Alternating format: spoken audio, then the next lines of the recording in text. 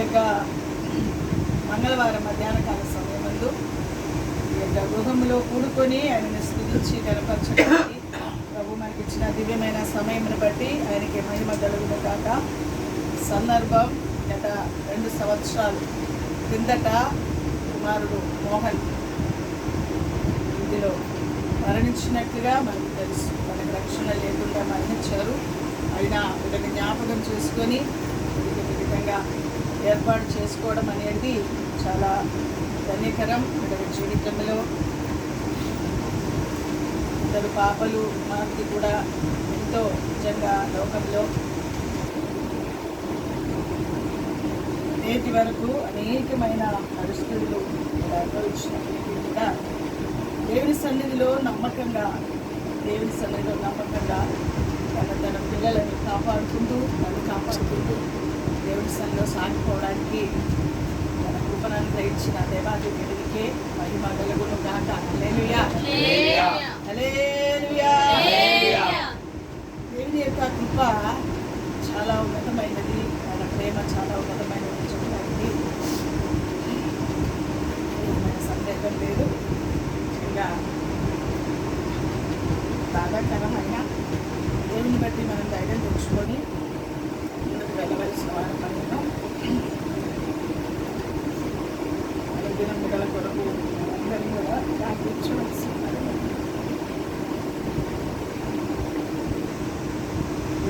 లేఖన భాగాలు చూసుకుంటూ 115 కీర్తన 12వ వచనాన్ని చదువుదాం. 115 కీర్తన 12వ వచనం.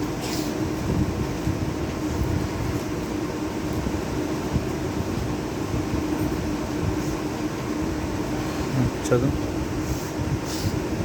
యెహోవా మమ్మును మర్చిపోలేదు, ఆయన మమ్మును ఆశీర్వదించును.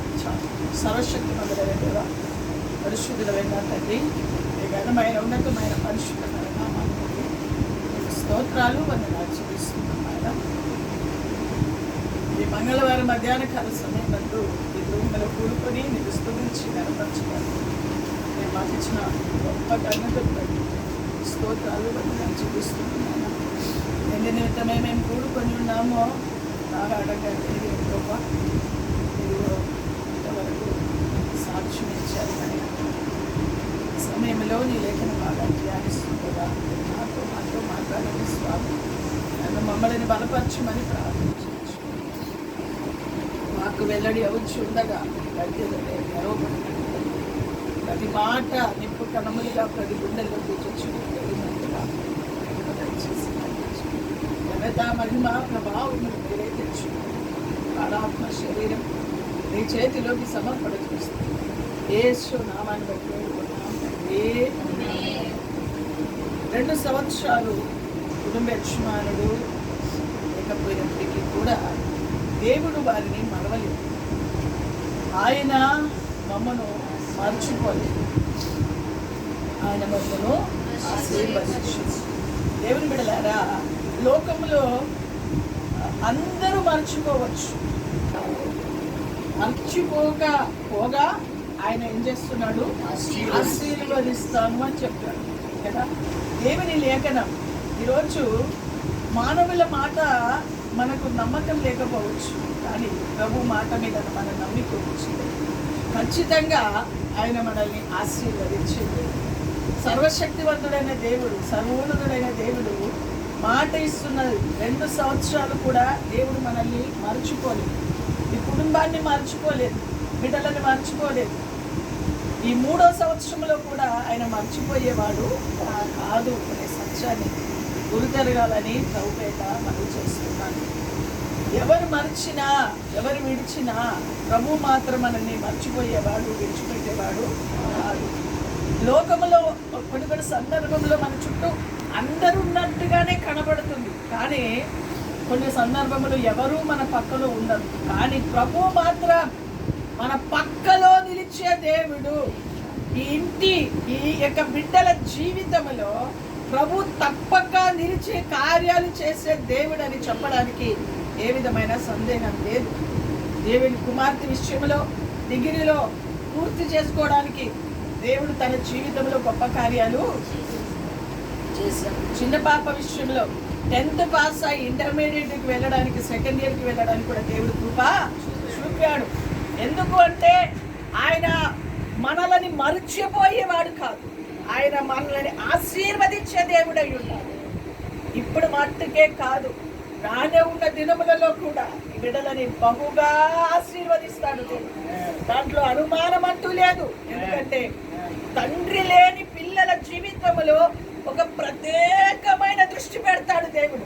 వారి మీద ప్రత్యేకమైన దృష్టి పెట్టడమే కాదు, వారికి కావలసింది దేవుడు సమకూరుస్తాడు. వారిని ఎత్తి పడతాడు, వారిని ఆదరిస్తాడు, బలపరుస్తాడు అని చెప్పడానికి ఏ విధమైన సందేహం లేదు. ఈ మధ్యాహ్న కాల సమయమందు ఖచ్చితంగా దేవుడు ఏ విషయంలోనైనా ప్రభు మన జీవితాలలో గొప్ప కార్యాలు చేసి దేవుడని చెప్పడానికి ఏ విధమైన ఆటంకం లేదు. ఆయన మనల్ని మర్చిపోయేవాడు కాదు. దేవుని బిడ్డలారా, ఆయన మనల్ని ఏం చేస్తాడు? ఆశీర్వదించే దేవుడై ఉన్నాడు. ఒకవేళ తండ్రి ఉన్నప్పుడు, ఒకవేళ ఆయన చేయలేని కార్యాలు ఏమైనా ఉన్నా, సృష్టికర్త అయిన తండ్రి మీ బ్రతుకులో దిగి వచ్చి కార్యాలు జరిగిస్తాడు. దేని కొరకు బాధపడే అవసరం లేదు, భయపడే అవసరం అసలుకే లేదు. ఎందుకంటే తండ్రి లేని వారికి నేను తండ్రిగా ఉంటాను అన్నాడు ఆయన. విధవరాల పక్షములో న్యాయము తీరుస్తానన్నాడు. కాబట్టి ఏమాత్రం ఆయన తన ప్రజలని విడిచిపెట్టేవాడు కాదు అనే సత్యాన్ని గురు తిరగాలని ప్రభు పేరిట మనవి చేస్తూ ఉన్నాను. హల్లెలూయా, హల్లెలూయా. చూడండి, ఏ విషయంలో మార్చిపోవడం కొన్ని మాటలు మీకు తెలియచేసి వాక్య భాగా నేను ముగిస్తాను. 40వ కీర్తన 17వ వచనాన్ని చదువుతాను. 40వ కీర్తన 17వ వచనం. ఆయన మనల్ని మర్చిపోడు. ఏ విషయంలో ఆయన మనల్ని మర్చిపోడో కొన్ని మాటలు మీకు తెలియచేసి నేను వాక్య భాగాన్ని ముగించడానికి ప్రయాసపడతాను. నేను శ్రమల పాలై దీనుడనైతిని, ప్రభువు నన్ను తలంచుకొనుచున్నాడు. చెప్పండి పడండి గట్టిగా. ఎవరు తలంచుకుంటాడంట? లోకములో ఎవ్వరు తలంచుకోకపోయినా ప్రభువు మాత్రం మనల్ని ఏం చేస్తాడు? తలంచుకుంటున్నాడు. ప్రతి సమయం నా పిల్లలు ఎక్కడ పోతున్నా, నా పిల్లలకి ఏం కావాలి, నా పిల్లలు ఆరోగ్యం కావాలా, నా పిల్లలకు ఆశీర్వాదం కావాలా, నా పిల్లలకు పనులు కావాలా, వారికి చదువులు ఇవ్వాలా, ఏది కావాలన్నా వాటి విషయమై ఎవరు తలంచుకున్నా తలంచుకోకపోయినా సృష్టికర్త అయిన దేవుడు ఈ కుటుంబం కొరకై, మన కొరకై తలంచుకుంటూ ఉన్నాడు. చెప్పడం గట్టిగా. నేను శ్రమల పాలై దీనుడనయ్యాను. కానీ ప్రభు మనల్ని ఏం చేస్తున్నాడు? తలంచుకుంటున్నాడు. అమ్మా, లోకంలో ఎవరైనా తలంచొచ్చు, తలంచకపోవచ్చు, కానీ ప్రభు మనల్ని తలంచుకుంటాడు. ఒక భర్త లేని కుటుంబాన్ని, ఒక తండ్రి లేని పిల్లల విషయంలో ఎంత జాగ్రత్త తీసుకుంటాడు ఆయన అంటే అంత జాగ్రత్త తీసుకుంటాడు. అందుకే మన ఆదివారం చెప్పారు కదా, విధవరాల ఎడలను, తల్లిదండ్రులు లేని వారి ఎడలను, పరదేశీ ఎడలను ఆయన దయ ఏం పుడుతారంట? దయ చూపే దేవుడు ఆయన. ఎంత మంది వదిలిపెట్టినా ప్రభు మాత్రం మిమ్మల్ని వదిలిపెట్టేవాడు కాదు. ప్రతి క్షణం మీకేమి చెయ్యాలో అని ఆలోచించి ఆయన చూడండి, పరమందున్న దేవుడు భూమి మీదున్న తన పిల్లల కొరకు ఎంత ఆలోచిస్తాడో ఒక్కసారి ఆలోచించి. రాత్రి వాక్యం ధ్యానిస్తుంటే నాకు అందుకే ఇప్పుడు ఏడుపు వచ్చింది, నాకే ఏడుపు వచ్చింది. వాక్యం ధ్యానిస్తూ ఏడుస్తున్నాం, నిజమే కదా. చాలా మంది విషయాలలో, కొన్ని సందర్భంలో భర్తలు ఉన్న ఇల్లు కూడా చాలా బాధలో ఉన్నారు, చాలా బాధలో ఉన్నారు.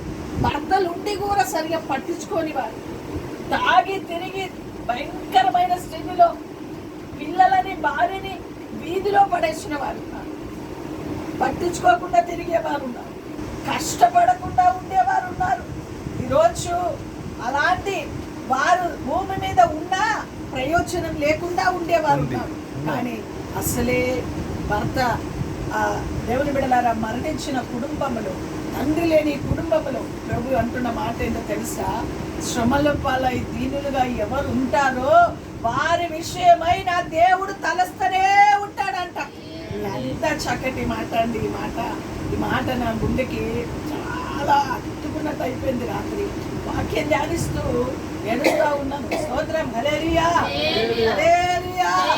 ప్రభు ప్రేమ ఎంత గొప్పదో, ప్రభు ప్రేమ ఎంత గొప్పదో, ఆయన దయ ఎంత గొప్పదో మనం ఆలోచిస్తే దేవుని బిడ్డలారా నిజంగా మన బ్రతుకులో ఒక ఉన్నతమైన ఆశీర్వాదం అనుభవించడానికి దేవుడు మనకు సహాయం చేయను కాక. స్తోత్రం, హల్లెలూయా. ఆయన మనల్ని ఏం చేస్తున్నాడు? తలంచుకుంటున్నాడు. అమ్మా, భూమి మీద ప్రభు మనల్ని తలంచుకునేవాడు ఉంటే ఈ లోకంలో ఏది మనకు అక్కరా లేదండి, ఏమి అక్కర్లేదండి. ప్రభు మనల్ని తలంచుకుంటే చాలమ్మా. ఈ కుటుంబాన్ని ప్రభు తలంచుకుంటున్నాడు. మనం ఏ విషయంలో బాధపడే అవసరం లేదు, ఏ విషయంలో మనం కుంగిపోయే అవసరం లేదు. కానీ మనిషి దగ్గర లేదని ఒక బాధ ఖచ్చితంగా ప్రతి విషయంలో, ముఖ్యంగా పెద్ద పాప విషయంలో ఆ కుమార్తెకి చాలా ఇష్టం వాళ్ళ నాన్న ఉంటుంది కదా. దాటిపోయిన స్థితిని మనము ఆలోచించలేం. కానీ ప్రభు నాకు తోడై ఉన్నాడు అని ధైర్యం కలిగి, లోకంలో మనం ఎవ్వరు మనల్ని ధైర్యపరిచేవారు లేరు. ప్రభు వాక్యం ఒక్కటే మనల్ని ధైర్యపరిచేది. మన బాధలలో, మన ఇరుకులలో, మన సమస్యలలో, మన పోరాటములో, మన బలహీనతలో, కృంగిన స్థితిలో, భయంకరమైన పరిస్థితులలో దేవుని వాక్యం మనల్ని బలపరుస్తుంది. ఆయన ఒక్కడే మనల్ని బలపరిచింది, ఆయన ఒక్కడే మనల్ని ఆదరించాడు. కనుక దేవుని సన్నిధిని ఆశ్రయిస్తూ, దేవుని కొరకు బ్రతుకుతూ, చివరి శ్వాస వరకు ప్రభు మీద ఆధారపడుతూ, ప్రభు కొరకు సాగిపోయే బిడ్డలని ఏమాత్రం కూడా ఆయన వదిలిపెట్టేవాడు కాదు. ఆయన మనల్ని తలంచుచున్నాడండి. ఎంత గొప్ప మాట! ఉన్నతుడైన దేవుడు, గొప్ప దేవుడు, సృష్టికర్త అయిన దేవుడు నిన్ను నన్ను తలంచడానికి ఏ పాటి వారండి. కానీ భర్త లేని వారి పక్షములో, తండ్రి లేని వారి పక్షములో అంత శ్రద్ధ తీసుకుంటాడు దేవుడు. అంత గొప్ప కార్యాలు దేవుడు జరిగించే దేవుడు. మన శ్రమలో ఉండడం చూసి ఆయన దేవుని మీద ఊరుకునే ఉండేవాడు కాదు. మనం బాధలో ఉండేది చూసి ఊరుకునే ఉండేవాడు కాదు.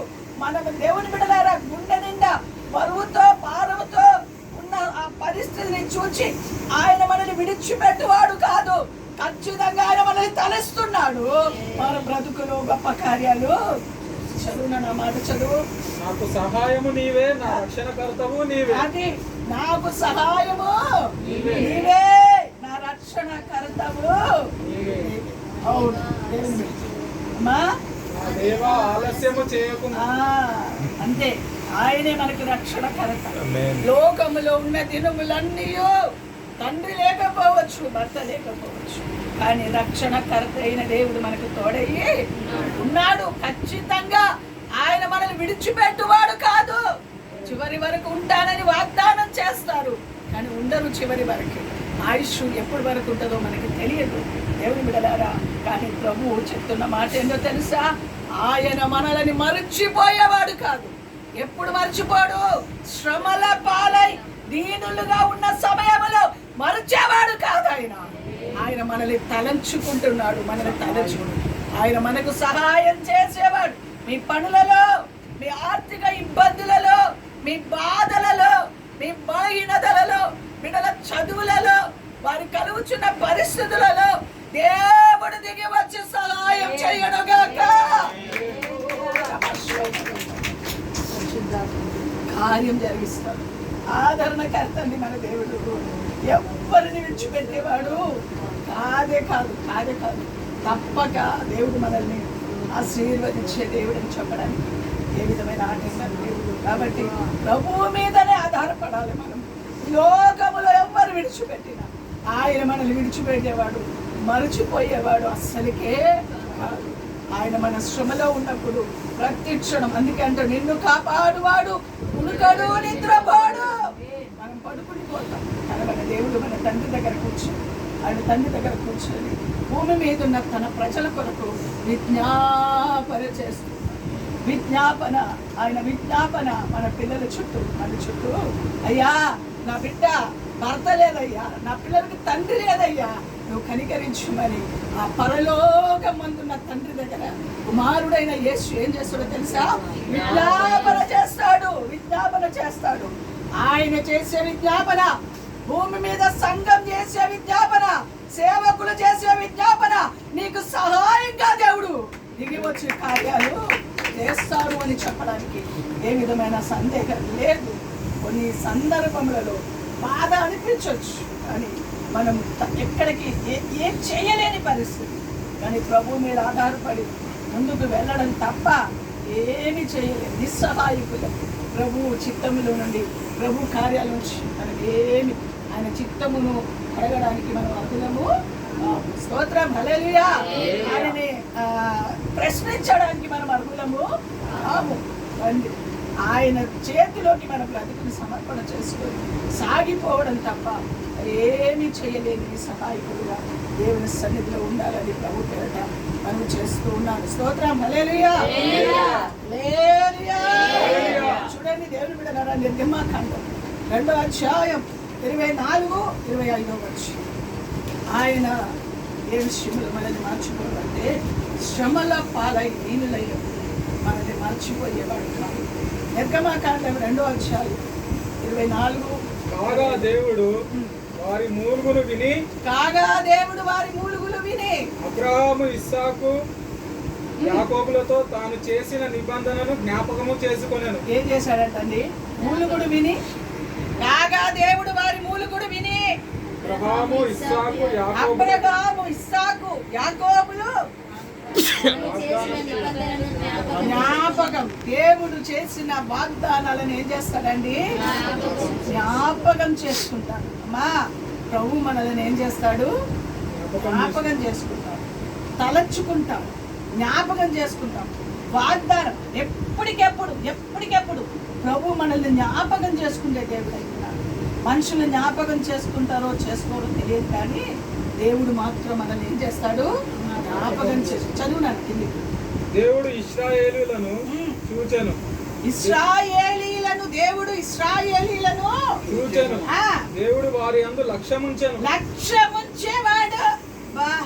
లక్ష్యముంచుతాడు. ఏ మాత్రం మన విషయంలో నిర్లక్ష్యం చేసేవాడు కాదు.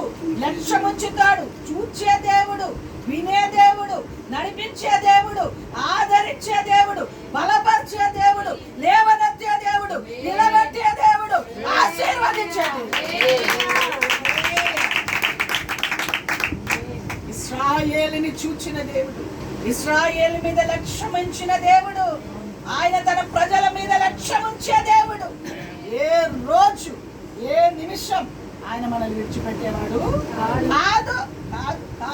మనం దేవుని సన్నిధిలో, దేవుని మీద ఆధారపడి బ్రతికినంత కాలం ఏ పూట కూడా దేవుడు మనల్ని విడిచిపెట్టేవాడు కాదు అనే సత్యాన్ని గురుతెరగాలని ప్రభు పేట మనం చేస్తున్నాం. మూలుగుడు వినే దేవుడు, ఆయన మన మీద, ఇశ్రాయేలు మీద లక్ష్యముంచే దేవుడు. ఏమాత్రం కూడా ఆయన మనల్ని విడిచిపెట్టేవాడు కాదు అనే సత్యాన్ని గుర్తెరగాలి. చూడండి, కీర్తన 18వ కీర్తన 10వ వచనం. 18వ కీర్తన 10వ వచనం.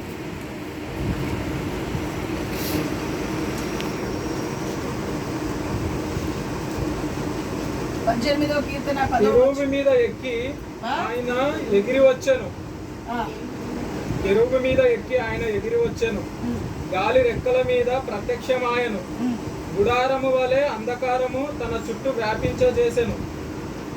జలాంధకారమును ఆకాశ మేఘములను తనకు మాటుగా చేసుకొనెను. ఆకాశ మేఘమును తనకు మాటుగా చేసుకొని. ఎలా వస్తాడంట మన దగ్గరికైనా? మేఘం ఎలా వస్తాడంట? ఎవరికైనా వాహనం దొరుకుతుందా? చెప్పండి, ఎవరికైనా వాహనం దొరుకుతుందా? టికెట్లు వేలు టికెట్లు బుక్ చేసుకొని ఫ్లైట్ ఎక్కాలి.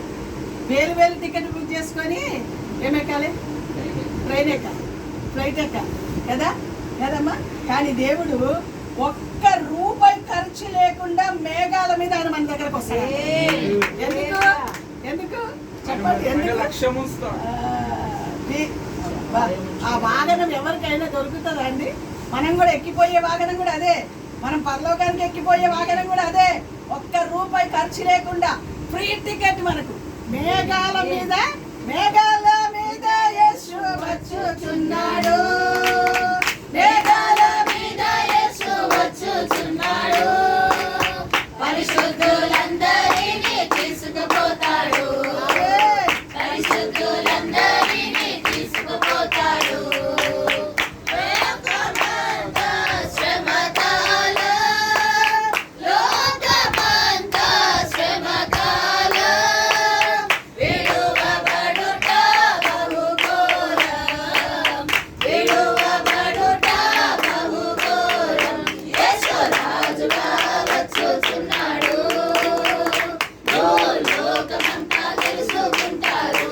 యేసు రాజుగా వచ్చుచున్నాడు. లోకమంతా తెలుసుకుంటారు. రవి కోటి తేజుడు, రమ్యమైన దేవుడు. రవి కోటి తేజుడు, రమ్యమైన దేవుడు. రారాజుగా వచ్చుచున్నాడు. యేసు రారాజుగా వచ్చుచున్నాడు. యేసు రాజుగా వచ్చుచున్నాడు. లోకమంతా తెలుసుకుంటారు. యేసు రాజుగా వచ్చుచున్నాడు. లోకమంతా తెలుసుకుంటారు. హల్లెలూయా. మేఘాల మీద రాబోతున్నాడు ఆయన. ఎందుకు? తన ప్రజలను ఆదరించడం, తన ప్రజల మీద లక్ష్యం ఉంచి వారిని ఆదరించి వారిని సహాయం చేసి వారి అవసరాలు తీర్చి వారిని బలపరచడానికి ఎలా వస్తాడంటే ఆయన మేఘాల మీద రూపాయి ఖర్చు లేకుండా మనం కూడా వెళ్ళబోతున్నాం మేఘాల మీద. ఆ మేఘం మీద ఎక్కి వెళ్తుండే ఎంత ఆనందం అండి కదా. ఇక్కడ ఉన్న కార్లు బిల్డింగ్లు అన్ని ఇక్కడే, కానీ మనం మాత్రం మేఘాల మీద ఎగిరిపోతాం. ఇక్కడ అనుభవించే కార్లు బిల్డింగ్లు అన్ని ఇక్కడే, అన్ని ఇక్కడే. ఎన్ని అంతస్తులున్నా, ఎన్ని ఇల్లున్నా, ఎన్ని పొలాలున్నా, ఎన్ని కార్లున్నా, ఎంత ధనమున్నా, కోట్ల ఆస్తి ఉన్నా, అంతా వదిలిపెట్టి ఒక్క క్షణంలో ఎక్కి రానగా ఎక్కవలసిన వారమైన ఒక్క రూపాయి ఖర్చు. అసలు టిక్కెట్ పెట్టకుండా ఉచితంగా దేవుడు మనకు వాహనాన్ని తీసుకొస్తాడు, ఎక్కించుకొని వెళ్తాడు. ఎప్పుడు అదే ఆలోచన ఉండాలి. స్తోత్రం. హల్లెలూయా. ఉన్నంత వరకు, భూమి మీద ఉన్నంత వరకు నమ్మకస్తులుగా దేవుని కొరకు బ్రతకాలి, నమ్మకంగా బ్రతకాలి. తుది శ్వాస వరకు, కంఠములో ప్రాణం ఉన్నంత వరకు విశ్వాసమును, అపోస్తలుడైన పౌలు గారు చెప్పినట్టుగా నా పరువుని తుదముట్టించుకున్నాను, నా విశ్వాసాన్ని కాపాడుకున్నాను, ఇక మీదట నీతి కిరీటం నా కొరకు ఉంచబడి ఉన్నది. ఆ కిరీటం, నీతి కిరీటం, దేవుని బిడ్డలారా, నీతి కిరీటం పొందడానికి మనం అర్హులుగా మార్చబడాలి. లోకంలోనిది ఏది శాశ్వతమైనది, ఏది శాశ్వతమైనది కాదే కాదు. అన్ని లోకములో ఏది మనకున్నా కేవలం భూసంబంధమైనది. అన్నీ ఒకరోజు మనం వదిలిపెట్టడానికి సిద్ధంగా ఉండాలి కదండి. ప్రతిదీ కూడా, ఏ ఒక్కటి కూడా దేవుని బిడ్డలారా మనం తీసుకొని వెళ్ళలేము.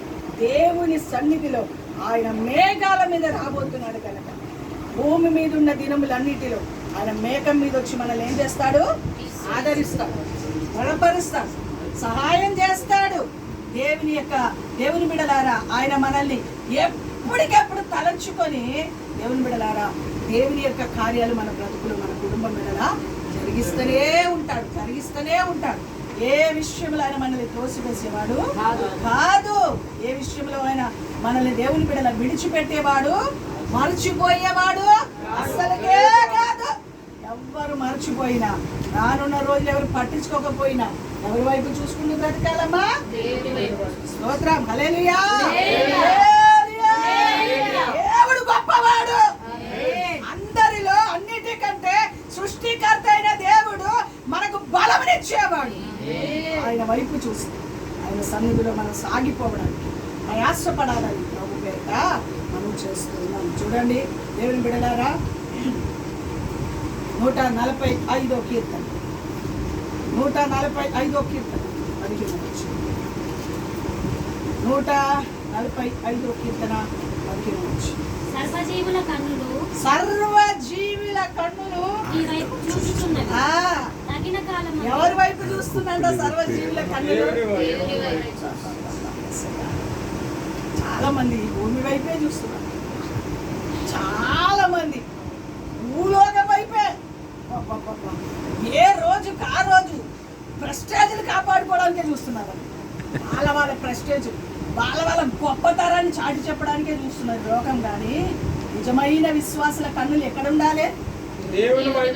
ఎక్కడ ఉండాలి? నిజమైన విశ్వాసుల కన్నులు ఎక్కడ ఉండాలి? ఆయన వైపు ఉండాలి. అప్పుడు మనల్ని ఏం చేస్తాడు? మర్చిపోడు, తలంచుకుంటాడు, సహాయం చేస్తాడు, మేఘాల మీద దిగి వచ్చి మనకు కావలసిన సర్వ సమృద్ధిని ఇస్తాడు. దేవుడు సర్వ జీవుల కన్నులు ఎవరి వైపు చూస్తున్నారంటే చదువు తగిన కాలమందు నీవు వారికి ఆహారం ఇచ్చి ఆహారం ఇస్తున్నాడు. తగిన కాలమందు నీవు వారికి ఆహారం ఇచ్చే దేవుడు ఎవరండి? ఎవరు ఆహారం ఇచ్చే దేవుడు? చెప్పండి, ఎవరమ్మా ఆహారం ఇచ్చే దేవుడు? నయోమి ఎవరి వైపు చూసింది? లోకం వైపు చూసింది. రాష్ట్రకి అంత ఆహారం దొరుకుతుంది అనే మాట విన్న వెంటనే మళ్ళా పెతులకేములకే ఎవరివ్వాలి ఆహారం? మనకు ఎవరిచ్చారు ఆహారం? ఆహారం కొద్దుగా ఉన్నదని చెప్పేసి కరువుగా ఉన్న స్థలం బెత్లెహేము దేవుని మీద రొట్టెలు ఇల్లుని వదిలిపెట్టి మోయాబు దేశంలోకి వెళ్ళింది. తిరిగి తర్వాత ఎక్కడ దొరికింది ఆహారం? ఆమెకి బెత్లెహేములోనే దొరికింది. అందుకే బెత్లెహేము దేవుని సంఘం, దేవుని సన్నిధి ఎప్పుడు విడిచిపెట్టడానికి వీలు లేదు. ఎప్పుడు విడిచిపెట్టడానికి వీలు లేదు.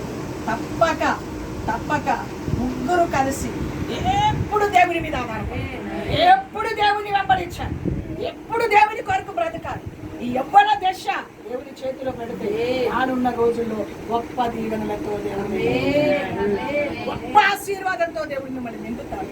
ఎందుకంటే దేవుని బిడ్డలారా, సర్వజీవుల కన్నులు ఆయన వైపు చూస్తున్నారంట. ఆయన తన గుప్పిల్ని విప్పి తన ప్రజలకు ఆహారం ఇచ్చిచున్నాడు. ప్రతి జీవి కోరికను, ప్రతి జీవి. ఆ జీవిలో మనం కూడా ఉన్నాగా? ఉన్నదా లేదా? మీరు ఉన్నలే, నేనైతే నేను ఆ జీవిలోనే ఉన్నాను. ఆయన వైపే చూస్తాం కనుక ఆ జీవి చేతిలోనే, ఆ జీవిలాగానే దేవుని బిడ్డలారా దేవుని కార్యాలు, ప్రతి కోరికలు అర్థమవుతుందా? ప్రతి కోరికలు ఏం చేస్తాడు దేవుడు? మనకి ఏ కోరిక ఉన్నా, నా బిడ్డలు మన సాక్ష్యం చెప్పింది కదా, అమ్మగారి పిల్లలు బీటెక్ చేశారు, ఇంజనీర్ చేశారు, పీజీ చేశారంటే నా పిల్లలు కూడా అలాగే చదవాలమ్మా అని ఆశపడి ప్రార్థన చేసేదాన్ని. ఇప్పుడు నా బిడ్డ డిగ్రీ పూర్తి చేశాడు. కోరిక సఫలపరిచాడా లేదా? చేశాడా లేదా? అప్పుడు చేసింది ఇప్పుడు చేయడా? ఇప్పుడు చేసింది రేపు చేయడా? అన్ని చేస్తాడు. దీర్ఘాయుష్ ఇచ్చింది మా చేతుల మీదనే బిడ్డలకు పెళ్లిళ్ళు జరుగును కదా. కార్యాలు చేస్తాడు దేవుడు. ప్రతి ఒక్కరి ఆశ నెరవేరుస్తాడు దేవుడు. దాంట్లో అనుమానం అంటూ లేదు. మనం ఎవరి వైపు చూడాలంటే దేవుని వైపే చూడాలి. దేవుడు ఒక్కడే నమ్మదగినవాడు. దేవుడు ఒక్కడే నమ్మదగినవాడు. మనుషులు ఎవ్వరు నమ్మదగినవాడు కాదు. ఏ ఒక్కరు నమ్మదగినవారు కాదు. దేవుడు ఒక్కడే నమ్మదగినవాడు. ఖచ్చితంగా దేవుడి కార్యాలు చేస్తాడు. ప్రతి ఒక్కరి కోరికని సఫలపరిచే దేవుడై మన పక్షములో ఉన్నాడు. కాబట్టి దేని కొరకు మనం దిగులు పడే అవసరం లేదు, బాధపడే అవసరము లేదు. ఏ జీవి ఆయన తట్టు చూస్తారో ఖచ్చితంగా వారి కోరికలని తృప్తిపరుస్తాడు. గుప్పిల్ని విప్పి ఆహారం ఇవ్వడమే కాదు, వారి కోరికలను ఏం చేస్తాడు? తృప్తిపరుస్తాడు. దేని విషయంలో బాధపడే అవసరము, భయపడే అవసరము అస్సలకే లేదని దేవుని లేఖనాన్ని బట్టి మేము మనం చేస్తూ ఉన్నాం. చూడండి, యెహోషువ గ్రంథం 5వ అధ్యాయం 13-14 వచనాలు. యెహోషువ గ్రంథం 5వ అధ్యాయం 13-14 వచనాలు. యెహోషువ యెరికో ప్రాంతమున ఉన్నప్పుడు అతడు కన్నులెత్తి చూడగా దూసిన కత్తి చేత పట్టుకొని ఉన్న ఒకడు అతని ఎదుట నిలిచి ఉండెను.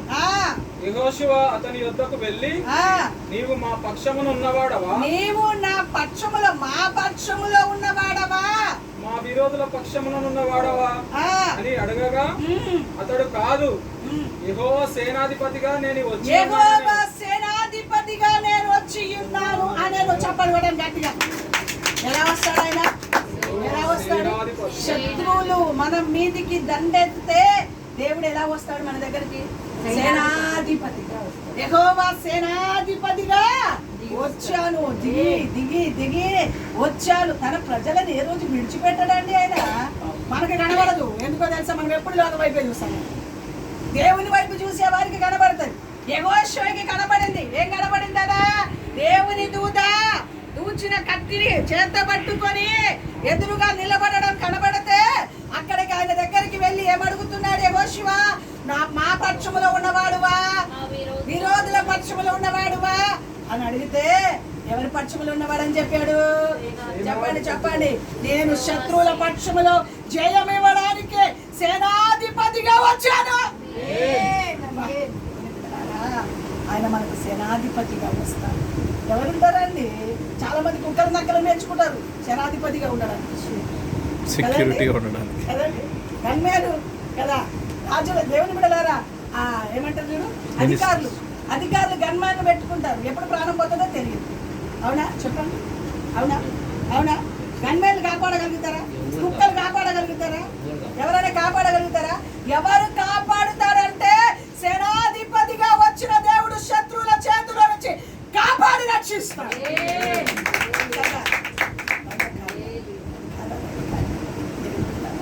ఎప్పుడు ఎవరి ప్రాణం పోతుందో తెలియదు. వేలు జీతాలు ఇచ్చుకుని పెట్టుకుంటారు కదా. కానీ మన దేవుడు ఉచితంగా ఆయన వైపు చూస్తాప్పా. దేవుని మాట ఎంత గొప్ప మాటలండి అన్న. ఆ మాటలన్నీ మనం చదువుతూ ధ్యానిస్తూ ఉంటే ఎంత గొప్ప శక్తి వస్తుంది మనకు కదా. అనుభవిస్తే అర్థమవుతుందండి. యెహోవా ఉత్తముడని పుల్లారెడ్డి స్వీట్ అని చెప్పుతే సరిపోదు, అది తింటే తెలుస్తుంది అని టేస్ట్ కదండి. దాని టేస్ట్ తింటే తెలుస్తుంది. ఎవరికి తెలుస్తుంది? పుల్లారెడ్డి స్వీట్ అంటారు. దాని ఏ టేస్ట్ ఎవరికి తెలియాలి? నేతి మిఠాయి అనే సంగతి అది తింటేనే మనకు అర్థమవుతుంది. దేవుడు కదా. అలాగే దేవుడు గొప్పవాడు అని అనుకుంటే సరిపోదు, వాటిని రుచి చూడాలి. ఒంటికి, తలంపుకి, మనసుకి అప్లై చేసుకోవాలి వాటిని. అప్పుడు అర్థమవుతుంది మనకు. ఆయన సేనాధిపతిగా ఏదో వస్తారు, 2 ముక్కలు వింటారు, మళ్ళీ 2 ముక్కలు బైబిల్ సంఖలో పెడతారు, పోతూనే ఉంటారు. గాలి కొట్టుకుపోయినట్టుగా ఎక్కడ పోతారో కూడా తెలియదు. ఇలాంటి స్థితిలో ఉండకూడదు మనకు. దేవుని మీద ఆధారపడి దేవుని తట్టు చూస్తాం. దైవ కార్యాలు మనం కన్నులారా చూడడానికి ఇష్టపడితే ఆయన మనకు కాకపోతే ఎవరికి చేస్తాడు కార్యాలు? మనకే చేస్తాడు. మనమే ప్రభు మీద ఆధారపడాలంటే. జీవితాన్ని పరిపూర్ణంగా ఎవరి చేతికి అప్పచెప్పాలి? నేను చూసుకోయ్యా, నాకు చేత కదయ్యా, నా పిల్లలు నువ్వే చూసుకోయ్యా, నా వల్ల కాదయ్యా, నన్ను నేను నీ చేతికి అప్పచెప్తున్నానయ్యా అంటే ఆయన భర్తగా ఉంటాడు, తండ్రిగా ఉంటాడు, రక్షకుడుగా ఉంటాడు, తలంచుకుంటాడు, సహాయం చేస్తాడు, దిగి వస్తాడు, శత్రువుల పైన జయమిస్తాడు. అన్ని విషయంలో ఆయన ఏ మాత్రం మనల్ని విడిచిపెట్టడు. దేవుడు తన కార్యాలు మన ఎడలా జరిగిస్తూనే ఉంటాడు. ఎప్పటికెప్పుడు యెహోవా ఉత్తముడని మనము రుచి చూడాలి. పూటకు కూరలో ఉప్పు ఉందా, కారం ఉందా చూస్తాం చూడు. అలాగే పూటకి ఏం చేయాలి మనము? దేవుని సన్నిధిని, దేవుని వాక్యాన్ని, ప్రార్థన, ఇవన్నీ కూడా రుచి చూడాలి. ప్రభు సన్నిధిలో మోగరించి ప్రభు వాక్యాన్ని చదివి ప్రభు కొరకు బ్రతికి జీవితాన్ని ప్రభుకి సమర్పణ చేస్తే ఆయన మన జీవితాలలో ఎలా దిగి వస్తాడు? ఆయన మేఘారుడై మన పక్షములో, శత్రువుల పక్షములో జయమివ్వడానికి దేవుని దూత దూచిన పట్టుకొని మన పక్షములో దిగి వస్తాడు. చెప్పండి. దేవుడు దూతని పంపితే, దూచిన ఖడ్గం పట్టుకొని దూతని పంపితే ఎవరైనా నిలబడతారా మన దగ్గర? చెప్పండి అమ్మా, చెప్పండి. మనకి తెలియదు యుద్ధం చేసే సంగతి. ఆయన రహస్యంగా చేస్తాడు, వెళ్ళిపోతాడు. మనకి తెలియదు అది, మనకి తెలియదు అవునా? మనకి తెలియదు. కానీ ఆయన చేసే కార్యాలు ఆయన చేసుకుంటూ వెళ్ళిపోతాడు. మనకు అర్థం కాదు అది. తర్వాత ఎప్పటికో అర్థమవుతుంది, ఓహో దేవుడు చేశాడు ఈ కార్యమని ఎప్పుడో మేలుకుంటాం మనం, ఎప్పుడో మేలుకుంటాం. దేవుడు అంతా గొప్ప కార్యాలు మన ఎడల, మన ప్రజల ఎడల చేసే దేవుడై ఉన్నాడని చెప్పడానికి ఏ విధమైన సందేహం లేదు. యోహాను సువార్త 15వ అధ్యాయం 4వ వచనం చూడండి, ఎంత చక్కటి మాటలు. యోహాను సువార్త నేల మట్టుకు ఆ, సాగిలపడి నమస్కారం చేసి యెహోషువ నేల మట్టుకు ఏం చేశాడండి? సాగిలపడి నమస్కారం. మనం కూడా ఏం చేయాలి ఎప్పటికప్పుడు? సాగిలపడి నమస్కారం. ఎవరి దగ్గర? దేవుని దగ్గర. మనుషుల దగ్గర, ఎవరి దగ్గర వెళ్ళి ముఖాకారు ప్రతి పూట మోకరించి, బాబా ఇదిగో నీ దగ్గర నేను సాగిల పడుతున్నా, నువ్వు నాకు సహాయం చేయి, నా పిల్లలకు సహాయం చేయి, నాకు సహాయం చేయి అని మనం దేవుని దగ్గర అడిగితే, ఒట్టి కుటుంబానికే కాదండి, మన అందరికీ సంబంధించిన మాటలు ఇది. చాలామంది ఇది ఉండదు, ఇది ఉండకనే ఇల్లు తిరుగుతారు, ఇల్లు తిరుగుతారు, ఇల్లు తిరుగుతారు, ఇల్లు తిరుగుతారు.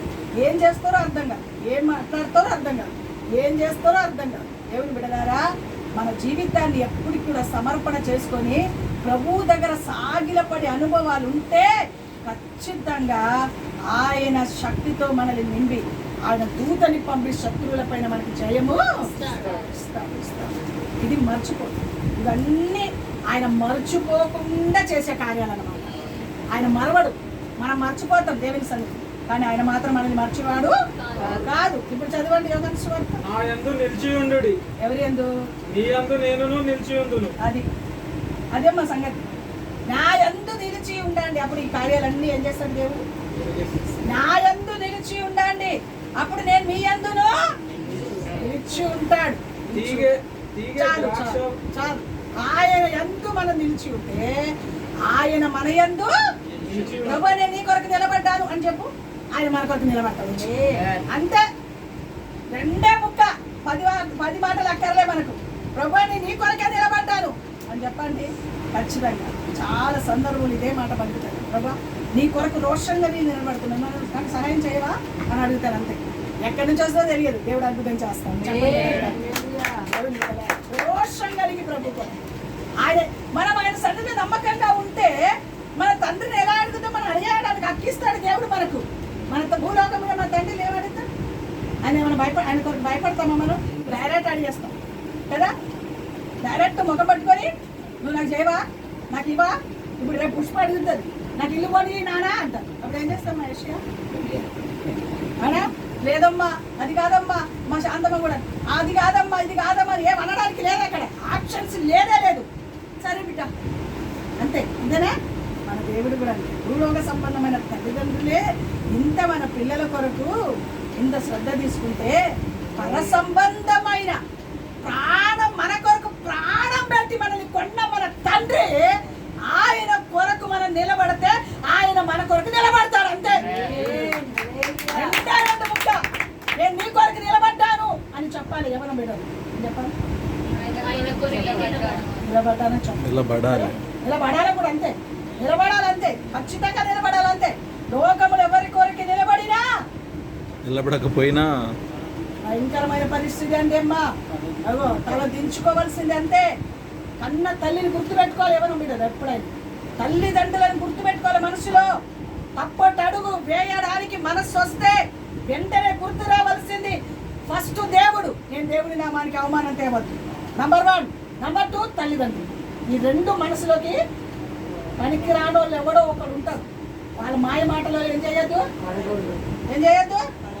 పడద్దు. జీవితం అవుటే, వేస్టే, చినిగిపోయిన ఇస్త్రాకే అంతే. ఒక 3-4 రోజులైంది ఒక అమ్మాయి వెళ్ళిపోయి ఏడుపు. ఆ తల్లి భర్త రీసెంట్గా చనిపోయింది, సంవత్సరం అయిందో లేదో. భర్త చనిపోయింది, చిన్న కూతురు, ఆమె ఇక్కడ 2 కూతుర్లు. చిన్న కూతురు తండ్రి ఉన్నప్పుడు పిచ్చి పిచ్చి చాష్టలు చేస్తా ఉన్నారు. తల్లి ఒకతే ఉంది. ఏడ్చి ఎక్కడో ఉన్నారంటే ఎక్కడో పోయింది, అక్కడ పోయింది. ఆ పెద్ద పిల్ల ఆ తల్లి ఇద్దరు కలిసి ఊరంతా తిరిగింది. ఎక్కడెక్కడో మెసేజ్ పెడుతుంది, ఏమేమో చేస్తుంది. ఎక్కడ తిన్నదో, ఎక్కడ పడినదో, ఏం చేసిందో అర్థం కాక చచ్చి ఊరుకుంటుంది. తిరిగి ఇంకా ఇంటికి వచ్చేసి అడ్డమడిపోయింది. ఎక్కడో కాదు, కళ్ళ ముందు తెలిసిన వ్యక్తుల సంగతినే చెప్తున్నారు. అందుకే ఫస్ట్ తప్పటడుగులు ఆలోచనలు మైండ్కి వస్తే సైతాన్ని ఎదిరించాలి ఫస్ట్. అలాంటి తలంపులోంచి విడుదల రావాలి. అలాంటి తలంపు వస్తే మందిరంలోకి వెళ్ళాలి, మోగరించాలి, ప్రార్థన చేయాలి. ఆ తలంపు నుంచి విడుదల రావాలి ప్రభు.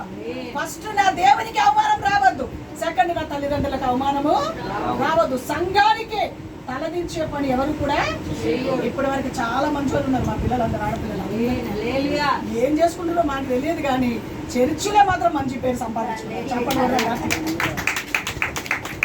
చర్చి లోపలికి వాళ్ళు బయట వాళ్ళకి తెలియదు, అంతే. చర్చి లోపలికి వచ్చి ఏ దేవునికి అవమానం తెచ్చే పని చేయకుండా దేవుని నామానికి మహిమకరంగా తల్లిదండ్రుల యొక్క కట్టడలో పిల్లలు ఉండడానికి దేవుడు సహాయము చేస్తున్నారు. అందుని బట్టి నా దేవునికి వేల వేల స్తోత్రాలు చెల్లిస్తూ ఉంటాయి. స్తోత్రం, హల్లెలూయా, హల్లెలూయా. ఏ ఇంటిలో బాధ కలిగినా పడింది మాకే కదా బాధ, మా గుండెకే కదా బాధ. అసలే గుండె బాగలేదు, ఇలాంటి బాధలన్నీ నా గుండె మీద పడింది అనుకో, ఉన్నదా కొంచెం కూడా బాగుండదు పరిస్థితి. అందుకే ప్రభు ఏ పిల్లలు తప్పటడుగులోకి వెళ్ళద్దు, ఏ పిల్లలు పాపంలో పడద్దయ్యా, ఏ పిల్లలు వ్యర్థమైన వాటికి వెళ్ళొద్దయ్యా. సంఘానికి నీ తల్లిదండ్రులకు మంచి పేరు సంపాదించే పిల్లలుగా ఉండాలయ్యా అని అనుదినం కూడా ప్రభు దగ్గర వేడుకుంటూ ఉంటాను. మానక ప్రభు సన్నిధిని ఈ యవ్వన బిడ్డల కొరకు ప్రత్యేకించి, ఎందుకంటే లోకమంతా చూస్తున్నాం కదా, భయంకరమైన పరిస్థితి. రోజుకు వాళ్ళు ఇట్లమ్మా వీళ్ళు ఇట్లమ్మా అని ఫోన్లు వస్తే నాకు గుండె దడొచ్చేస్తుంది. ఏమి పనికిరాని న్యూస్ వినవస్తుంది అలాంటి పరిస్థితి. ఒక కుటుంబాన్ని ప్రేమించాలి, ఒక కుటుంబానికి మంచి చేయాలి. మంచి చేయడం చేత కాదు అనుకో, ఊరుకో. చేత కాకపోతే నువ్వు ఊరుకోవాలంతే.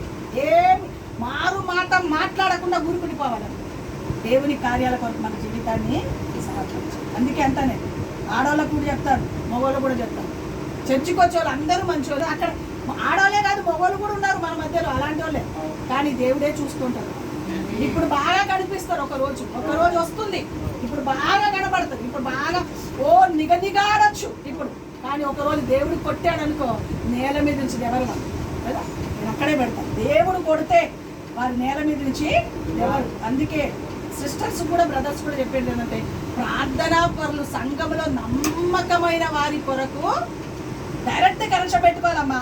మీరు ఆడవాళ్ళు వాళ్ళ వీళ్ళు గుసగుసలు ఆడద్దు. ఏమైనా ఉంటే అమ్మగారికి చెప్పండి, అయ్యగారికి చెప్పండి అని చెప్పాలంటే. ఎలా ఉంటే వాళ్ళతో డైరెక్ట్ కనెక్షన్ పెట్టుకోమనాలి. ఎవరున్నారు నమ్మకమైన వాళ్ళు? పిచ్చి మాటలు చెప్పి మైండ్ డైవర్ట్ చేసే వాళ్ళే ఉన్నారు. ఎవరితో సహవాసం చేయాలో వాళ్ళతోనే, నమ్మకంగా ఉన్న వాళ్ళతో మాత్రమే సహవాసాలు. ఏదున్నా డైరెక్ట్ పెట్టుకోవాలి. దైవ సేవకులతో డైరెక్ట్గా ఏదున్నా డైరెక్ట్ మాట్లాడండి. దైవ సేవకులు మీకు అందుబాటులోనే ఉన్నాం కదా, ఎక్కడో లేము కదా, మేము డైరెక్ట్ మాట్లాడాలి. ఎవరితో సహవాసం చేయాలో చేయకూడదో దేవుని మీద నేర్చుకోండి. చెడగొట్టేవారు పడగొట్టేవారు ఉన్నారు వారి మధ్యలో. క్రైస్తవులే దగ్గర ఉండి వాళ్ళని చెడగొట్టి అర్థమైందా సార్? పడాలి. యవన బిడ్డలు ముఖ్యంగా ప్రయాసపడాలి. దేవుని కొరకు బ్రతకడానికి ప్రయాసపడాలి. ఏ ఒక్కరి బ్రతుకులలో కూడా దేవుని బిడ్డలారా క్రైస్తవులు అనబడుచున్న వారు వాళ్ళు దేవుని మందిరానికి వచ్చేవారే కదా, నమ్మాము అని అనడానికి వీలు లేదు. సంఘాన్ని కూడా గలిబిలి చేయడానికి ప్రయత్నము చేసేవారు ఉన్నారు. కాబట్టి మనుషుల మీద ఎప్పుడు ఆధారపడదు. ఏమన్నా మీకు అవసరాలు ఉంటాయి, ఏమన్నా ప్రార్థన సహాయం ఉంటాయి, ఏమన్నా మాట్లాడవలసి వస్తే మీరు డైరెక్ట్ కనెక్షన్ పెట్టుకోవాలి సేవకులు. అంతేగాని వాళ్ళతో వీళ్ళతో పనికిరాని ముచ్చట్లు పెట్టారనుకో, ఏదో ఒక దాంట్లో మన బ్రతుకులు పాడవడానికి అవకాశాలు ఉంటాయి. అందుకే చాలా జాగ్రత్తగా జీవితాన్ని కట్టుకోవడానికి ప్రయాసపడాలని ప్రభు పేరిట మనవి చేస్తున్నాం. ఎవరి యందు నిలబడాలి? దేవుని యందు నిలిచి ఉంటే ఆయన మన యందు నిలిచి ఉంటాడు. రెండు కార్యం అంతే. మనం ఆయనలో నిలబడాలి, ఆయన మన కొరకు నిలబడతాడు. అంతే, ఆయన మన కొరకు నిలబడి తీరుతాడు, సహాయం చేస్తాడు. దేవుని బిడ్డలారా, అంత మాత్రమే కాదు, ఆయన మనల్ని తలంచుకుంటాడు, ఆయన మనకు సహాయం చేస్తాడు, ఆయన మనని ఆదరిస్తాడు, అన్ని కోరికలనే తీరుస్తాడు, బలపరుస్తాడు. అన్ని విషయం దేవుడు తన కార్యాలు చేస్తాడు అని చెప్పడానికి ఏ విధమైన ఆటంకం లేదు. దేవుడు బిడవాలి. ఆఖరిగా ఒక మాట చెప్పి ముందు చేస్తాం. 84వ కీర్తన 11వ వచనం.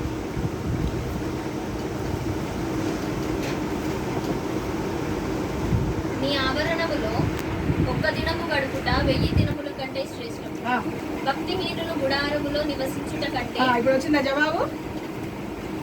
జవాబు వచ్చిందా? ఎక్కడో లేదు, జవాబు ఇక్కడే ఉంది.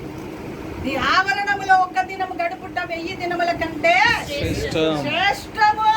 భక్తిహీనుల సమయం దొరికితే ఎక్కడ గడపాలి? ఆలయములో గడపాలి, మందిరములో గడపాలి. ఈ రోజు మందిరంలో గడిపేవారు ఎవరైనా ఉన్నారండి? మందిరంలో గడిపేవారు ఎవరున్నారండి? మందిరంలో గడిపేవారు చాలా తక్కువ. కానీ దేవుడు అంటున్నాడు మా, అందుకే దేవుడు అంటున్నాడు ఒక్క దినము దేవుని మందిరంలో గడుపుట 1000 దినం. ఒక్క దినం గడిపితే 1000 దినాలు రాశాడండి అక్కడ. ఎక్కడ? ఆయన గ్రంథంలో. ఒక్క దినము దేవుని మందిరంలో గడిపితే 1000 దినాలు లెక్క. శ్రేష్టం. శ్రేష్టం. ఏది శ్రేష్టమైనది చెప్పండి? ఏది శ్రేష్టమైనది? మందిర ఆవరణములో గడపడం శ్రేష్టమైనది. గోకుడికెల్లో, సహవాసములో, ఉపవాస ప్రార్థనలో, శుక్రవారం, బుధవారం, ప్రతి సమయంలో ప్రభు దగ్గర గడపడం శ్రేష్టమైనది. అందుకే సమయం దొరికిన కొలది వ్యర్థమైన వాటికి లోను కాకుండా దేవుని సహవాసములో గడపడానికి ప్రయాస.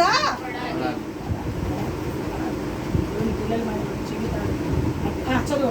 నా దేవుని మందిర ద్వారమునొద్ద నా దేవుని మందిరపు ద్వారము యొద్ద నుండుట నాకు ఇష్టం. అబ్బా, ఈరోజు ఎవరు ఇష్టపడుతున్నారండి అలాంటి వాళ్ళు?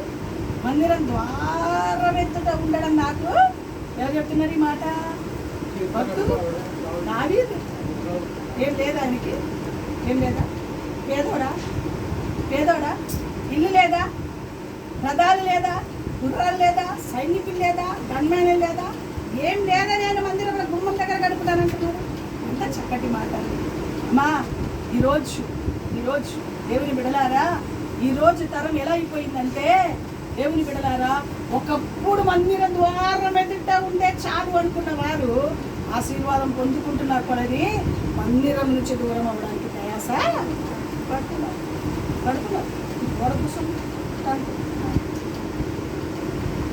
స్తోత్రం. హల్లెలూయా. హల్లెలూయా. హల్లెలూయా. హల్లెలూయా.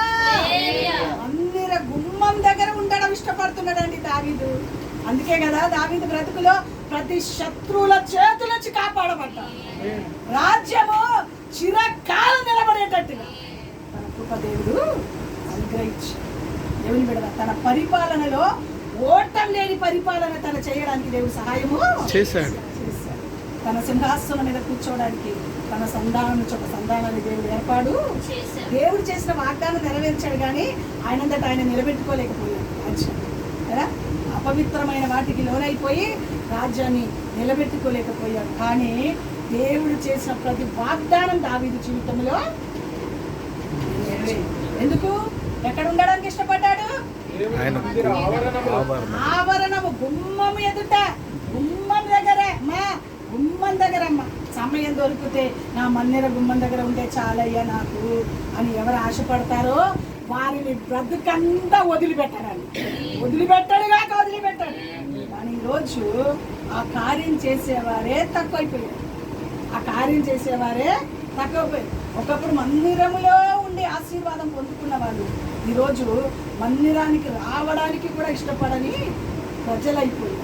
కారణం ఏంటంటే లోక సంబంధమైన ఆశీర్వాదము మందిరములో చాలా మంది, కానీ మందిరములో నుంచి లోక సంబంధమైన ఆశీర్వాదము మందిరములో నుంచి దైవ కార్యాల నుంచి దూరపరిచారు వాళ్ళని. కానీ దావీదు ఏం చేశాడో తెలుసా? గొర్రెల దొడ్డిలో ఉన్న ఆ భక్తి కంటే రాజుగా మార్చబడిన తర్వాత మరింత భక్తిని చూపడానికి ఇష్టపడ్డాడు. ఈరోజు అలాంటి వారు ఎక్కడ ఉన్నారు? ఉన్నారయ్యా? యెషయా ఉన్నారా? అలాంటి వారు ఇలా తమిడి చూసినా కనబడదు. అలాంటి వాళ్ళు కనబడతలేదు. సమయం దొరికితే ఆశీర్వాదాలు ఏమైపోయినాయి? ఎక్కువైపోయినాయి. కానీ ప్రభు కోరుకునేది ఏంటో తెలుసా? మనం ఎంత హెచ్చింపబడినా అంత మనల్ని మనం తగ్గించుకొని దేవుని మందిరములో గడపడం ద్వారా, గుమ్మం దగ్గర గడపడం ద్వారా గొప్ప ఆశీర్వాదం. అది గొప్ప శ్రేష్టమైన కార్యం అంట. అన్నిటికంటే శ్రేష్టమైనదంట. ఇక్కడ మందిరం దగ్గర ఉంటే అక్కడ పరలోకములోకి మనం తీసుకొని వెళ్ళబోతున్నాం. శిథిలము కాని రాజ్యము నీ కొరకు నా కొరకు కోసము ఇక్కడ మందిరం గుమ్మం దగ్గర కనిపెట్టుకొని ఉండేవారు. దావీదుకి ఏం తక్కువైందండి? ఏం తక్కువైందని మందిరం గుమ్మం దగ్గర ఇష్టపడ్డాడు? ఏం తక్కువైందని మందిరానికి రావడానికి ఇష్టపడ్డాడు? ఒక్క దినం మందిరంలో గడిపితే 1000 దినముల కంటే శ్రేష్టమని ఎందుకు అనుకొని ఆశపడి మందిరంలోకి వెళ్ళడానికి? ఎవరైనా మందిరంలోకి వెళ్దామా అని నాతో అనినప్పుడు నేను ఉల్లసించి ఆనందించుచున్నాను. సంతోషంతోనే మందిరంలోకి వెళ్తా కదండి. ఈరోజు అమ్మగారు అయ్యగారు ప్రార్థన పెట్టారు, అమ్మగారు అయ్యగారు ఉపవాస ప్రార్థన పెట్టారు. పోకపోతే ఏమంటారో, లేకపోతే తెల్లారి ఫోన్ వస్తుందో, పోకపోతే ఎవరైనా ఏమని అంటారు, వాళ్ళు ఏమనుకుంటారు, అమ్మగారు అయ్యగారు ఏమనుకుంటారో అనుకొని వచ్చేవాళ్ళు. కానీ ఈ కుటుంబమే కాదు, మనమే కాదు, ఏం చేయాలి? కుడి వచ్చిన మనం అందరం కూడా ఎక్కడ గడపడానికి ఇష్టపడాలి? చెప్పాలి. ఎక్కడ గడపడానికి ఇష్టపడాలి? దేవుని మందిర ఆభరణములు ఒక్క దినము గడుపుట 1000 దినముల కంటే శ్రేష్ట.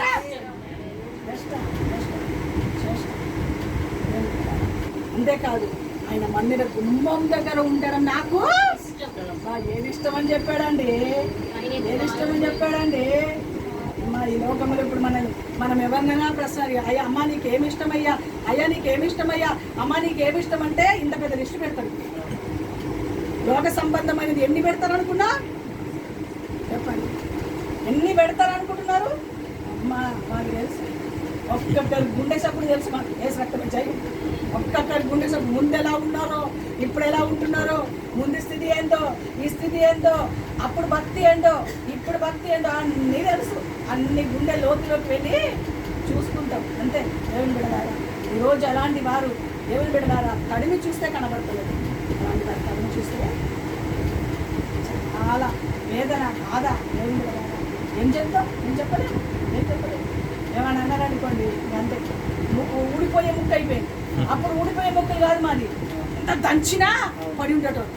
ఎంత దంచు కట్టత కొట్టు, ఎంత ఉప్పు పోసి ఉప్పు కారం పెట్టినా ఇక్కడ నుంచి కదలం అన్నీ ఉండేటోళ్ళం మా సమర్థం. ఇప్పుడు అట్లా కాదు. అచ్చి అంటే నా కొరకే దుమ్మింది, నా కొరకే అంతే. వచ్చి ఆదివారం మందిరంలో కనబడతా చూడు, మొగం మార్చుకొని వెళ్ళిపోవడమే అంతే. ప్రైజ్ లార్డ్ ఉండదు, మొగం మార్చుకొని పోవడమే అంతే. అయ్య పడిపోతారు అంతే. మళ్ళీ ఫోన్ చేసి పని ఉండే రాలేదు. ఇట్లాంటి పనులు, ఇట్లాంటి మహానుభావులకి దండం పెట్టి దండేయాలి. దండం పెట్టి దండేస్తే స్తోత్రం. హల్లెలూయా. బిడ్డలారా, దావీదు అలాంటి వాడు కాదు. ఎంత దేవుని కొరకు బ్రతకడానికి ఇష్టపడ్డాడు. మందిర గుమ్మం దగ్గర ఉంటే చాలు నాకెంతో ఆనందం అంటున్నాడమ్మా. ఒక గొప్ప ధనవంతుడు, గొప్ప రాజు. ధనవంతుడు అనేదానికంటే రాజు అనొచ్చు కదా. బోలెడు మంది సైనికులు, గుర్రాలు, రథములు, అమ్మా సైన్యాధిపతులు, యుద్ధ వీరులు, వీళ్ళందరూ చుట్టు పెట్టుకొని ఎవరు కావాలని కోరుకుంటున్నారండి? మన లాండోళ్ళు కనుక ఉన్న మనకు కాళ్ళ మీద కాలేసుకదే ఇట్లాంటి పనులు చేస్తాం. ఇట్లాంటి పనులకే ఉంటాం కదా. మన బ్రతుకులో ఇంకేముండదు, ఇలాంటి పనులకే ఉంటాం. కానీ ప్రభువు మనల్ని చూసి ఆనందించి, ఏమవ్వాలండి? ఎప్పుడైనా మా జీవితంలో నువ్వు ఆనందించాలని, మేము మీ కొరకు నిలబడతాను, మీరు మా కొరకు నిలబడయ్యా అంటే ఇది వచ్చి నిలబడతాడని అది కొరకు రాడండి. మనం అంటే ఎంత ప్రాణమో తెలుసు ఆయనకి. మనకు అర్థం కాదు చావదు. మనకు అసలు అర్థమే కాదు. నువ్వు అంటే అటు ఇటు అంటాం కానీ మనకు అర్థం అవ్వాలి ఈ కార్యం. నా దేవుని కొరకు నేను నిలబడితే నా దేవుడు నా కొరకు నిలబడతాడు అనే రోషం, పౌరుషం మనలో కనుక ఉంటే ఎందుకు రాడండి? ఎందుకు చెయ్యడు మన దేవుడు? ఎందుకు రాడు? ఎందుకు చేయడు? ఏం బిడ్డలారా, ఈరోజు ప్రార్థనలో ఉలికిపడ్డానండి. అసలు అమ్మా అని ఒక స్వరం వినపడింది నాకు. ఎంత గంభీరమైన స్వరం. ఎవరైనా పిల్లలు వచ్చి పిలిచారేమో అని ఉలికిపడ్డాను. కళ్ళు తెరవలే ఉలికిపడ్డాను. అప్పుడు అనుకున్నాను, దేవుడు నా తండ్రి, నా దేవుడు పిలిచాడు అమ్మా అన్నాడండి. ఒక క్షణములో ఒళ్ళంతా జల్ల రిచ్చిపోయింది. తగ్గి పిలిచినట్టుగా అనిపించింది. ఆ తర్వాత నన్ను నేను పరిపూర్ణంగా మరీ ఎక్కువగా దేవునికి సమర్పించుకోండి వెంటనే తరబడి ప్రభు దగ్గర కూర్చోడానికి నేను సహాయము ఆయా సందర్భంలో దూతలు రావడం, స్వరం వినిపించడం, నన్ను పిలవడం, అమ్మా అని ఎవరు పిలుస్తారండి, అమ్మా అని ఎవరు పిలుస్తారండి, చెప్పండి, అమ్మా అని ఎవరు పిలుస్తారు? మరి ఏమని పిలిచాడండి? అమ్మా కదా. ఆ స్వరము విన్న వెంటనే శరీరం అంతా ఉదకరించినట్టు అయిపోయింది. అగ్నిలాగా శరీరం అంతా మండినట్టు అయిపోయింది. ప్రతి ఉదయం ఆయన కృప కొరకు మనం వేడుకుంటే ఆ రోజంతా దేవుడు మన బ్రతుకులో కృప, మన ఇంటికి కృప, మన పిల్లలకు కృప, మనం చేసే పనికి కృప, మన ఉద్యోగానికి, మనం చేసే ప్రతి దానికి ఆయన కృప తోడుగా ఉంటే అంతే చాలు. పౌలు గారికి ఆయన కృప తోడుగా ఉంచాడు అంతే. ఆ కృపనే అనేకమైన కార్యాలు చేయడానికి దావీదుకు ఆయన కృప తోడుగా ఉంచాడు. మనం ఆయన కొరకు నిలబడితే ఆయన మందిరములో ఉండడానికి, మందిరం గుమ్మం దగ్గర ఉండడానికి ఎవరు ఇష్టపడతారో వారి జీవితాన్ని గొప్ప కార్యం చేస్తారు. ఆయన మనల్ని మర్చిపోయేవాడు కాదు. ఏ విషయంలో మర్చిపోడు, ఏ విషయంలో మర్చిపోడు, శత్రువుల పైన జయించు, శ్రమలలో మర్చిపోడు, మనల్ని తలంచుకుంటాడు, సహాయం చేస్తాడు, ఆదుకుంటాడు, ఆదరిస్తాడు, బలపరుస్తాడు, రక్షమించుతాడు, శత్రువుల పైన జయమిస్తాడు, దూతగా వచ్చి ఖడ్గంతో యుద్ధం చేస్తాడు. స్తోత్రం, హల్లెలూయా, హల్లెలూయా. కార్యాలు కదా చేస్తాడు. ఆయన కొరకు మనం నిలబడితే, ఆయన మందిరంలో మనం ఉంటే ఆయన మనల్ని ఒక్క దినం గడుపుతాడు. శాశ్వతం, శ్రేష్టమైనది, లోకంలో శ్రేష్టమైనది ఏదైనా ఉన్నదంటే నీ ఆస్తి అంతస్తు కాదు, నీ చదువు కాదు, నీ ఉద్యోగం కాదు, నీకున్నది ఏది కాదు, మందిరంలో గడపడమే శ్రేష్టమైన కార్యం. వాటి కొరకే మన బతుకుని సమర్పణ చేయకూడదు.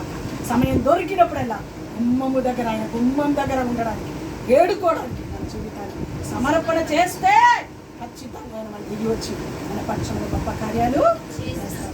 ఏ కుటుంబం మెడలో చేస్తాడు. 2 సంవత్సరాలు చేసిన దేవుడు 3వ సంవత్సరాలు కూడా చేస్తాడు. ఇప్పుడు వచ్చిన మన అందరి ఎడలో చేస్తాడు. ప్రభు తన మాటలు దీవించి ఆశీర్వదించును.